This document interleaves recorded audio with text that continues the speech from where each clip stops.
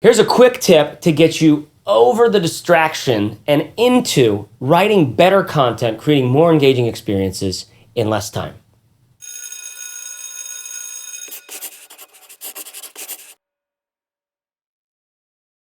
Whatever you're writing, whether it's an email or a blog post or a script for a video or a chapter in a book or a sales page or a freaking tweet, I'm going to teach you a writing tip that has helped me create more engaging experiences with my audience in less time. Typically, let's say in a blog post that I know I want to write, I already have an idea of what the aha moment is. When I say aha moment, what I mean is the climax. It's the thing I want my audience to get out of this post. It's the point of the article, the takeaway. So when I say to myself, I should write a post about this new way of tying shoes where you tie the knot and the knot can never come undone. By the way, this is a real thing. There's a way of tying shoes where you just it's the same thing, but it's a little tweak up. You got to see it. It's a link to it, and I'll put a link to it in the blog post. But when I say to myself, should write a blog post about that is the aha moment. It's the climax. It's the thing I think my audience will find valuable. So I take that aha moment and put it smack dab in the middle of an index card as I hold it vertically. Why an index card? Because an index card is exactly the right size for a handwritten outline of a thing like a blog post. Yes, I mean it. Try it. Take an index card, put your aha moment, the point of your article, the takeaway, right in the middle of it. Because this right here is kind of like, it's the top of the mountain. Then you fill out the top of the index card. This is like climbing up the mountain, the struggle, where we are now, the darkness, the bleakness of our current situation. My shoes keep falling off, and now no one's ever gonna love me, and I don't have any money, all because my shoes keep falling off. And then you fill up the after the aha moment, okay? This is like the light. This is the solution. This is how it's changed the things in our lives. It's what it's changed in our life and how that matters to us, okay? So this is coming down the other side of the mountain. This is the whole I'm totally considering getting a second helicopter because ever since my shoes stopped falling off, I met the love of my life. I made $1 billion. And now, life is just too short not to be able to get away whenever the heck you want. And just like that, we've created a very compelling story, streamlined, it's concise. It gets to the heart of the matter for our blog post. Now, to be frank, this is really just a place to start for your thing that you're writing, and it might not be perfect for you, but I love this index card method for 3 reasons. Number 1, gets us off that LCD. No, man. It gets us away from the computer. That was a weird thing. But it gets us away from the computer, away from the distraction of email, of Facebook, of Twitter, and all these. But what's a BuzzFeed? Aw, 365 adorable cats dressed like Batman? That's one for every day. Number 2, the physical size limits you, and that's a good thing. It forces you to think about what really matters about this thing that you're communicating. It gets you into the reality that you can only really punch through one thing at a time. And it forces you to make the decision about what's that one thing going to be for this blog post. Set it up and clean it off. And number 3, it reminds us that our job is to communicate powerfully with them.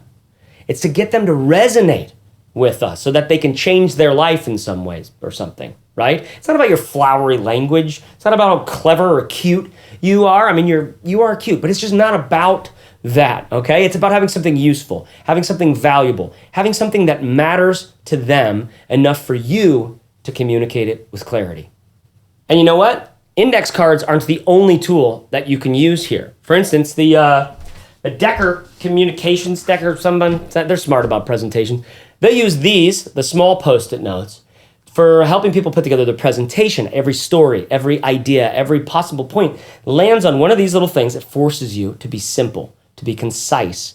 And then you take it and you're like, you're brainstorming, you're throwing it everywhere, and then you're like, oh, you know what, I'm gonna change this to go up there, and that's the new order of it. Really helpful tool. And other writers like Stephen Pressfield have commented on the fact that foolscap, which is just a little bit longer than a regular piece of paper, is the perfect size to outline your novel on. When's the novel over?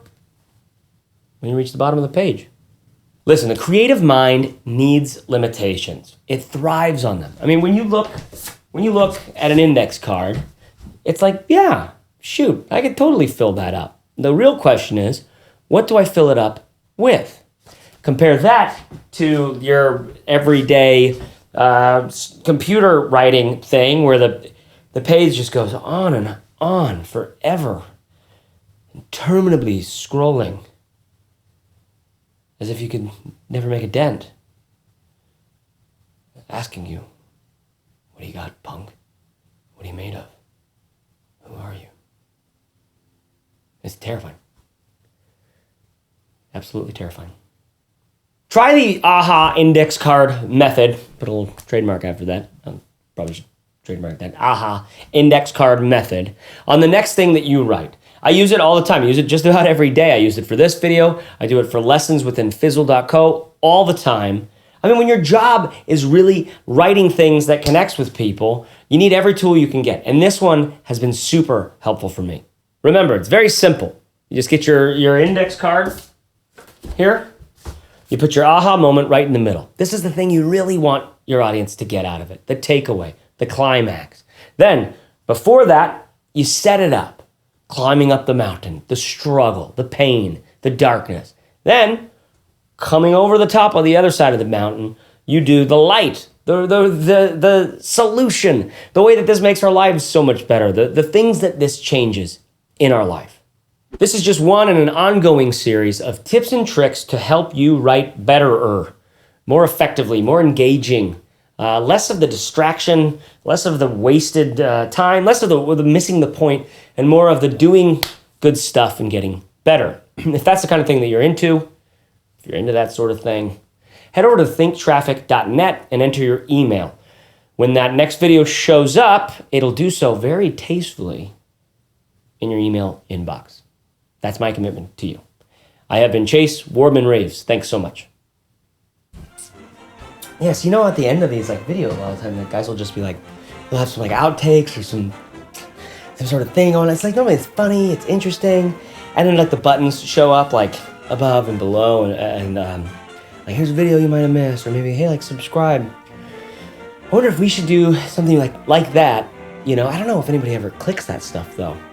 I mean, is it just immediately are we just trained to get away from me? And does it feel douchey? I hope it doesn't.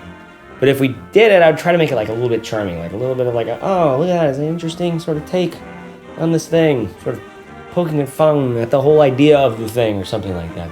Because truthfully, I mean, it is, we do want to ask them to subscribe, otherwise they won't, right? Maybe, I don't know, maybe people are just used to just subscribing. I just started subscribing to videos on YouTube. I just realized you could do that. And it's all electronic dance music for me. But anyways, what do you think? Should we do that? Nobody's here. Just me.